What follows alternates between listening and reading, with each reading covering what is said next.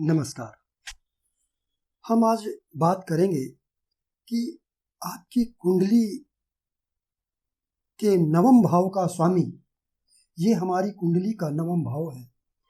तो यदि नवम भाव का स्वामी लग्न में स्थित हो तो उसके क्या फल हमें प्राप्त होंगे।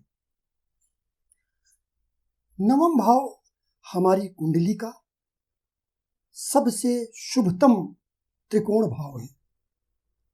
हमारी कुंडली में 3 त्रिकोण होते हैं, लग्न, पंचम और नवम। लग्न को केंद्र और त्रिकोण दोनों ही माना जाता है। त्रिकोण शुद्ध रूप से पंचम और नवम भाव है। त्रिकोण हमारे जीवन का मुख्य आधार होते हैं। जिस व्यक्ति की कुंडली के तीनों त्रिकोण यदि बलवान है, उनके स्वामी बलवान है, तो बिना कुंडली देखे ये कहा जा सकता है कि ऐसे व्यक्ति का जीवन स्तर अच्छा होगा। नवम भाव त्रिकोण भाव होने के साथ साथ ये धर्म का भाव भी है, ये पिता का भाव भी है। हम यहां से पिता के बारे में विचार करते हैं, यानी पिता का लग्न हम इसे कह सकते हैं। नवम भाव संतान का भाव भी है। संतान का भाव पंचम भाव कहलाता है, लेकिन भावात भावम, पंचम से पंचम भाव, इसलिए संतान के विषय में भी हम नवम भाव से देखते हैं। इसके अलावा नवम भाव भाग्य का भाव है। वर्तमान जन्म में हमें कैसी भाग्य मिली है, ये नवम भाव से देखा जाता है। विदेश यात्रा भी हम नवम भाव से ही देखते हैं, क्योंकि नवम भाव दूर की यात्रा का भाव है।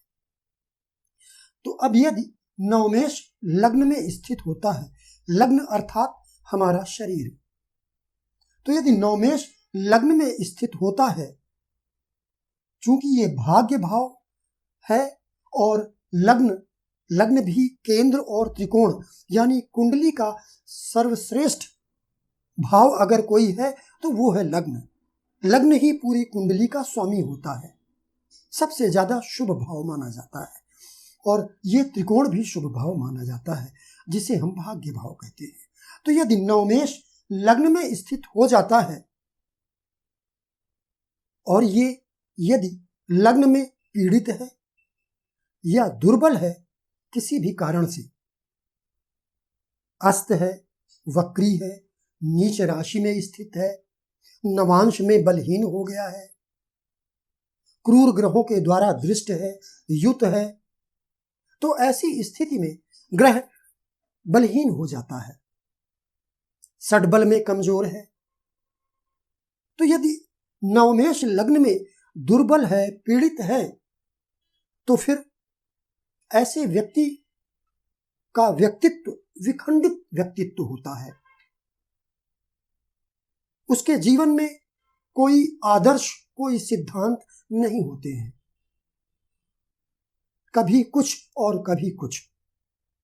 ऐसा व्यक्ति गुप्त आकांक्षाएं भी पालता है। गुप्त आकांक्षाओं से मतलब यह है जो अनैतिक हो, समाज की दृष्टि में जो अनैतिक हो उन्हें गुप्त माना जाएगा। तो ऐसा व्यक्ति गुप्त आकांक्षाएं भी पालता है। ऐसा व्यक्ति चूंकि ये धर्म का भाव है, धर्म त्रिकोण है, और ये नवमेश लग्न में गया है, लग्न भी धर्म त्रिकोण है, तो फिर ऐसा व्यक्ति धर्म का चोला ओढ़कर और अपनी भौतिक उन्नति करता है। यानी वास्तव में वो धार्मिक व्यक्ति नहीं होता है, कोई संत वैरागी नहीं होता है, लेकिन धर्म का चोला ओढ़ता है और उसकी आड़ में वो अपनी भौतिक उन्नति करता है। ऐसे व्यक्ति का भाग्य भी कमजोर होता है, चूंकि नवमेश लग्न में दुर्बल और पीड़ित है, लग्न भी पीड़ित है, तो फिर ऐसे व्यक्ति का भाग्य भी साथ नहीं देता है। लेकिन इसके विपरीत यदि नवमेश लग्न में बलवान है, शुभ ग्रहों के द्वारा दृष्ट है, तो फिर ऐसा व्यक्ति जन्म से ही भाग्यवान होता है, क्योंकि भाग्य भाव का स्वामी हमारे लग्न में स्थित है, यानी एक शुभ त्रिकोण का स्वामी शुभतम केंद्र त्रिकोण भाव लग्न में स्थित है, तो ऐसा व्यक्ति जन्म से ही भाग्यशाली होता है। यदि नवमेश लग्न में बलवान है, शुभ ग्रहों के द्वारा दृष्ट है, तो ये अपने जीवन में अच्छी उन्नति करता है। ऐसा व्यक्ति मृदु स्वभाव का होता है, सौम्य स्वभाव का होता है, सभ्य होता है, उच्च शिक्षित होता है, क्योंकि ये उच्च शिक्षा का भाव भी है। ऐसा व्यक्ति, चूंकि ये पिता का भाव है, तो ऐसा व्यक्ति जिसका नवमेश लग्न में बलवान होकर स्थित हो, ऐसा व्यक्ति अपने पिता को गुरु सदृश मानता है। बहुत ही ज्यादा सम्मान उसके हृदय में अपने पिता के प्रति होता है।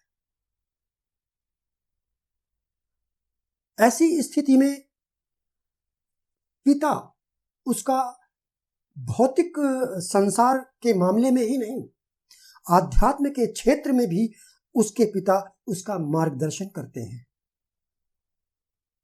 ऐसा व्यक्ति, चूंकि ये नवम भाव गुरु का भाव भी है, तो ऐसा व्यक्ति अपने गुरु का भी बहुत ज्यादा आदर करता है। गुरु की आज्ञा वो अच्छी हो अथवा बुरी, निश्चित रूप से उसका पालन करता है। यह चूंकि धर्म भाव है, धर्म त्रिकोण है और कुंडली का सबसे शुभतम त्रिकोण है, इसलिए यदि नवमेश लग्न में बलवान होकर स्थित है, शुभ ग्रहों के द्वारा दृष्ट है और खासकर यदि गुरु के द्वारा दृष्ट हो जाए, शुभ गुरु के द्वारा या शुभ बुध के द्वारा, क्योंकि बुध को भी विष्णु स्वरूप माना जाता है और गुरु, दुनिया जानती है, गुरु ज्ञान का कारक है, गुरु को ईश्वर सदृश माना जाता है, गुरु धर्म का कारक है। तो यदि नवमेश लग्न में बलवान होकर स्थित है और गुरु से दृष्ट हो जाए, तो फिर ऐसा व्यक्ति अपने जीवन में देवालय निर्माण जरूर करवाता है, उसे वेद वेदांगों का ज्ञान भी होता है, ऐसे व्यक्ति को ज्योतिष का ज्ञान भी होता है। आध्यात्म और धर्म के क्षेत्र में वो व्यक्ति अपने जीवन में निश्चित रूप से आगे बढ़ता है। ऐसे व्यक्ति को, जिसका नवमेश लग्न में बलवान होकर स्थित है और शुभ दृष्ट है, तो ऐसा व्यक्ति, इसे मंत्र तंत्र आदि का ज्ञान भी होता है, पूजा पाठ आदि में भी ऐसा व्यक्ति अग्रणी होता है। यह सबसे शुभतम त्रिकोण भाव है।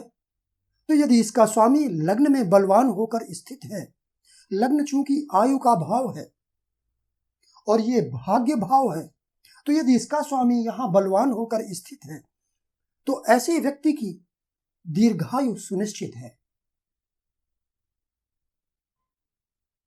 नवम भाव दूर की यात्रा का भाव है, विदेश यात्रा का भाव है और ये लग्न है, यानी हमारा शरीर। तो यदि नवमेश लग्न में स्थित है, तो ऐसा व्यक्ति विदेश यात्रा करता है। यदि केंद्र अथवा त्रिकोण के स्वामियों के द्वारा नवमेश लग्न में दृष्ट हो जाए, तो निश्चित रूप से ऐसा व्यक्ति विदेश जाता है और धन कमाने के उद्देश्य से जाता है। तो नवम भाव का स्वामी यदि लग्न में स्थित है तो इसके ये शुभ परिणाम प्राप्त होते हैं। नवम भाव से लग्न पंचम पड़ता है, 1 2 3 4 5, तो यहां पर पंचम और नवम का संबंध है। तो यदि नवमेश पीड़ित नहीं है, दुर्बल नहीं है लग्न में, तो निश्चित रूप से ऐसे व्यक्ति की भाग्य अच्छी होती है। ऐसा व्यक्ति अपने जीवन में उन्नति करता है। ऐसा व्यक्ति धार्मिक स्वभाव का होता है। ऐसा व्यक्ति अपने पिता से बहुत प्रेम करता है, गुरुजनों से प्रेम करता है, दूसरों को मार्गदर्शन भी देता है।